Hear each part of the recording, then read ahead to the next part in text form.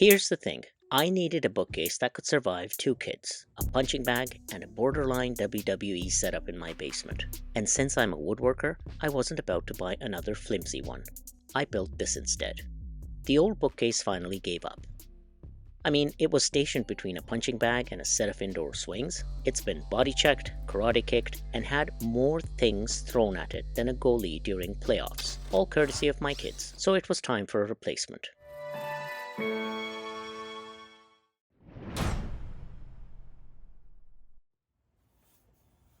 So I marked out my 15 parts on the boards, avoiding cracks, knots, and anything that gave me "I'm going to fail under pressure" vibes, like a CPA dodging red flags on a tax return. Then came cutting. My miter saw doesn't have the capacity to slice clean through a 12-inch board. So, half cut, flip, cut again, which, let's be honest, is never perfect. For this build, I started with 4 12-foot 2x12s. Had them cut into half because I can't carry anything over 6 feet long in my SUV. Plus that's exactly the height of the bookcase, so all good. Total lumber cost about $200. Add chalk paint and some foam rollers, another $30. Glue and screws, and we're looking at roughly $250 all in. Which might sound a little steep for a bookcase, unless you count depreciation over a decade of chaos. What I mean is, a $100 store-bought bookcase has lasted, 2 to 3 years in this kind of environment? My build is designed for 10 plus years of abuse.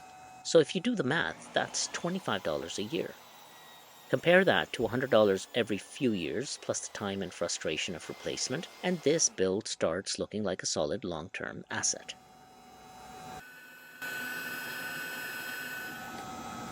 Enter the table saw to clean things up and get that sweet, crisp 90-degree edge.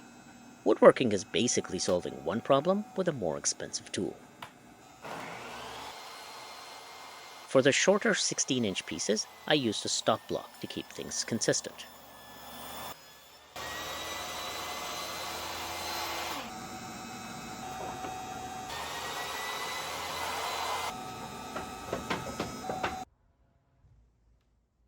But the 30-inch and 33-inch pieces, had to mark and cut those manually.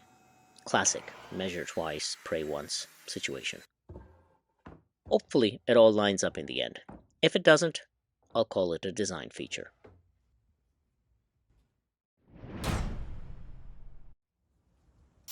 The joinery? Beefy. The outer frame is box jointed for strength and to show off a little. Each shelf is tenoned into vertical risers, kind of like mortise and tenon, but without chiseling away my weekend. Plus I screw in each shelf from the outside to resist racking, and I'll plug those screw holes with dowels. So it still looks clean. Strong bones, tidy face. Just like a well-run balance sheet. I'm using a DIY box joint jig for the corners. It's cheap, simple, and effective. Clamp 2 pieces together, use the jig, then alternate sides with a spacer so the joints align like puzzle pieces. I'll link the jig video in the description if you want to make your own. I could have done the easy thing, gone out, bought another $100 bookcase, and pretended everything was fine.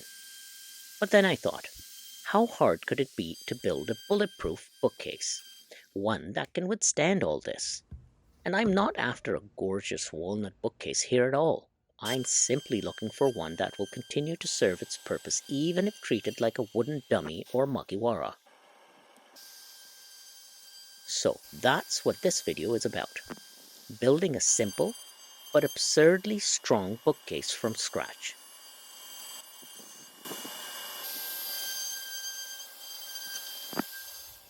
I wanted clean lines, minimal fuss, roughly 12 inches deep, 72 inches tall, a few fixed shelves, no flimsy backing, something that looked nice, but more importantly, could take a beating. And all of those specs, they're shaped by my limitations. I can't transport anything taller than 6 feet, so that's my height cap. The deepest board I could find at the local lumber yard was a 2x12, so that's the depth. Also, I don't mill softwood. Whatever dimensional lumber I get, I use as is.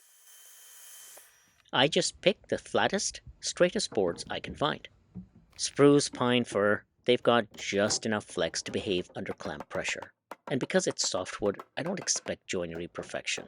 I'm not chasing crisp lines, I'm chasing strength. I left about half an inch of fudge room in the vertical measurements. Technically, the bookcase should come out to 69 inches of internal height after box joints, and I'll lose another 4.5 inches to the thickness of the shelves. That leaves 64.5 inches of space, which I'll fill with four 16-inch risers, totaling 64 inches. In theory, I'll have half an inch left over.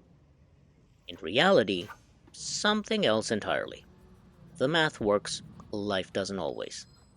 But I like pretending I'm in control. Keeps me sane. Then came the glue up. The bookcase is 6 feet tall, and of course my longest clamp taps out just shy of that. Classic. But here's the trick. 3/4-inch pipe couplings. They cost about $5 each and can turn your too short clamp into a stretch limo.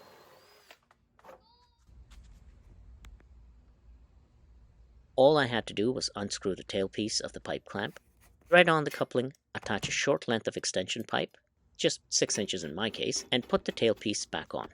Boom. Instant upgrade. You could go wild and add 6 or even 10 feet if you wanted to clamp down a canoe or a dragon's spine or something. But I just needed a little more reach. Now I've got a strong, reliable clamp that spans the full 72-inch length of this glue up. No flex, no drama. Honestly, pipe clamps and couplers are some of the most underrated tools in the shop, like financial leverage, but without the risk of losing your house. What I mean is, financial leverage is about using borrowed funds to amplify your potential return on investment. For example, I could refinance my house, pull out some equity, and invest that money in the stock market. If things go well, I earn more than I would have with just my own capital. But it's risky. If the investment tanks, I'm not just out the money, I could end up deep in debt, or worse, lose the house. Pipe clamps and couplers, on the other hand, they give you mechanical leverage, you extend your reach, increase pressure, and solve problems bigger than your original setup allowed, but with zero downside. No debt, no risk of financial ruin, no bankruptcy, just a longer clamp.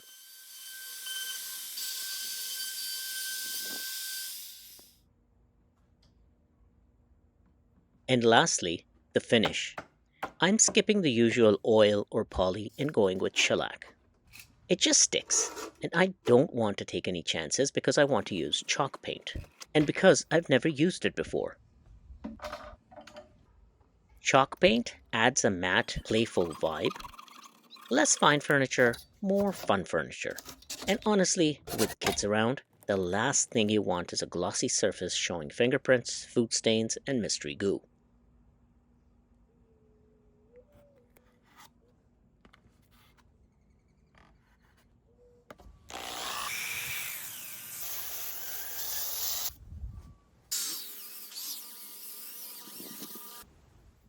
Once the bookcase started to take shape, I stood back and felt something was missing.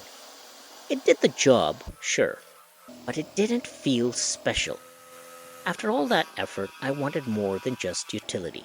I wanted character, a touch of soul, so I reached for the jigsaw and began to carve, shape, and sculpt a little bit of that into the piece.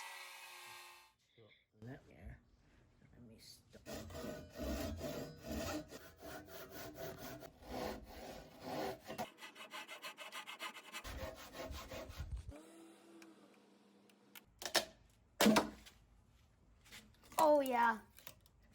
Oh.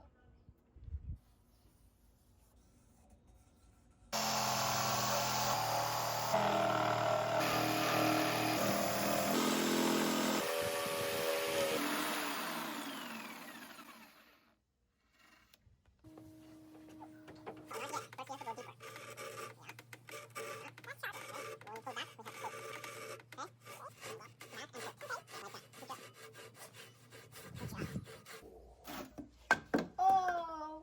Yeah. Big muscle. Oh. In a world where so much feels disposable, it's oddly satisfying to build something meant to last.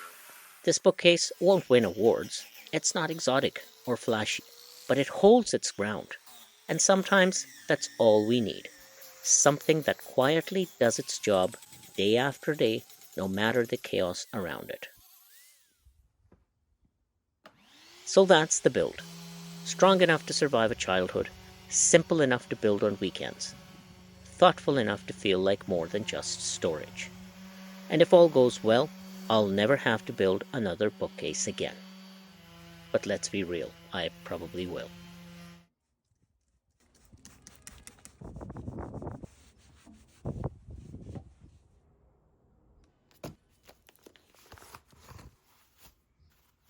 I didn't build it to impress. I built it to endure. And in that way, maybe it's less about the wood or the screws and more about the intention behind them. Because when you make something, really make it, it carries that intention forward. So whether it's a shelf or a life, maybe the goal isn't perfection. Maybe it's integrity, strength in the right places, grace under pressure, and a quiet refusal to give up, even when things get rough. If that resonates with you, feel free to stick around. Subscribe, leave a comment, or share the video. It helps more than you'd think. Thanks for watching, and until next time, take care and keep building. Good job.